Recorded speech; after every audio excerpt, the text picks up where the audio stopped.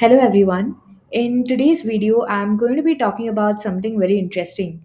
And I've been asked this question at these different panels since it's been a couple of years, and I think I finally found the answer. Let's talk a little bit about the intersection of artificial intelligence and blockchain, right? We live in a world full of data, right? There's data everywhere around us, wherever we go, whether we go to restaurants, whether we sign up on online websites, we are always being asked for some kind of data. But alas, we have been seeing this trend for a couple of years now that an individual's personal data is constantly being exposed to centralized agencies like Facebook, Google, and whatnot. Even your telecom operators or banks are not able to keep your data safely, right? There's constantly some or the other data leak that keeps happening. Apart from that, researchers and data scientists are also constantly in search of quality data, right? If you want to, even from a personal perspective, if you want to do some research and you're looking to download some data set, almost all of the times you get a lot of junk data on the internet, right? Which is not proper. Half of the readings are skewed or they don't exist, right? This is where I kind of came across Ocean Protocol. It's quite interesting what they're doing, creating something called a decentralized data marketplace. As the name suggests, basically, there are smart contracts provided by Ocean Protocol, which can help data enthusiasts to get verified data to take to opt for services, data services from the platform, and this would also help the data providers to monetize using the Ocean Protocol's algorithms. Today, actually, I'm going to be talking about an interesting concept called data tokens. So, when we talk about data and the way data is positioned today, sovereignty is something that's extremely important to us, right? That we hold all the information, all the rights to all our personal information should reside with us. And especially the way data is being collected, data is being circulated today. Data sovereignty is a prerequisite to your overall sovereignty, right?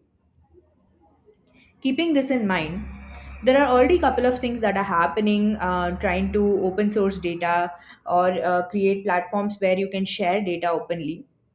But unfortunately, most of these platforms, even though being called open source, could be gated, are extremely pricey and or are not giving a good incentive as well as privacy model for data providers and data users.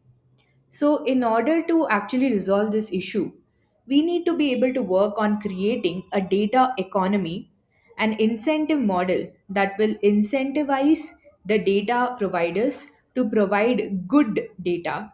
And based on the way the community consumes the data, there is going to be more value for the kind of data that is being provided, right? So, this is where I'm going to introduce an interesting concept called data tokens. So, data tokens, if you are already aware of how blockchain works, we have a category of tokens called ERC20 tokens, which are called fungible tokens, right? Now, data tokens are ERC20 tokens, which are used to access data services, right? Now, why did we choose fungible tokens, or why did we choose, or why did Ocean choose a kind of tokens that is this particular standard, right? That is because you can think of the data asset as an IP in itself, right? So the data asset being an IP, an ERC20 token, or rather a fungibility associated with that asset, would help other people get access to that asset. If it is a non fungible asset, you cannot split that asset easily unless you think about fractionable NFTs, etc. Right? But ERC20 makes most amount of sense because now you can think of that data asset as an asset which can be fungible, and the rights to own that particular asset can be distributed amongst those who own that particular ERC data token, right? So, for example, this is a screenshot that I picked from the Ocean Marketplace.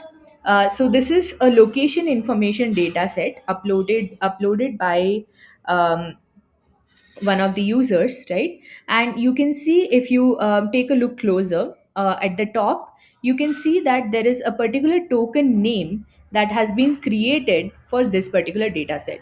What that means is those who would hold this particular token can get access to this data set. Now it is up to the owner or up to the data provider as to what kind of access they can set. So the Ocean Protocol data tokens act as an interface to connect the data assets with the decentralized finance tools, right? Just as there are liquidity providers for ERC20 tokens, there are DEXs or decentralized exchanges where you can exchange one ERC20 token for another, as well as you can spend it and swap it for like stable coins, etc. Right? So all of this now it can be done using data tokens. Very cool, right? Now, for a particular data set, the access that is being provided by that particular publisher or data provider could be of different types. Now, the access can be one time for a particular token, or it could be that you could get an access for a fixed amount of time, or it could be a lifetime access. So, it completely depends on the way the data provider has published that data. Now, the data sets themselves could be of different types.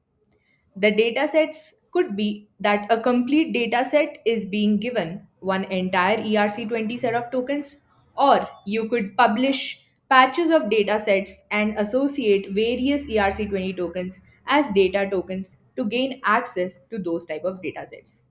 There could also be streaming data, which is continuous data. There could be one static file, right? Or there could be data that gets updated often. So when I started, I mentioned that I'm going to be talking about something at the intersection of AI and blockchain, and that's why I thought of picking up this topic of data tokens. I personally feel that data tokens are an interesting concept at the intersection of artificial intelligence and blockchain, and they're going to have a lot of use cases going forward, especially when data scientists and researchers are looking for quality data sets. This kind of data economy model that is being created by Ocean Protocol by using blockchain, I think would provide people a financial incentive to publish good data and to ensure that if they are able to research and get good data to provide good services. This would also give a little bit of, I would say, it would remove the anxiety of the data consumers, right? Who are trying to find out what is the best quality data and where do I find it. Knowing that there is an incentive mechanism behind this entire data provider and consumer model would give the consumer also a little bit of assurance that the kind of data that they're consuming is actually good quality data. Could it be, could the data tokens be the next big data revolution? Well, I think we are yet to see, but I'm definitely positive about the amazing things that are going to happen at the intersection of artificial intelligence, or rather, just the data world and blockchain. Thank you for watching this video and have a great day.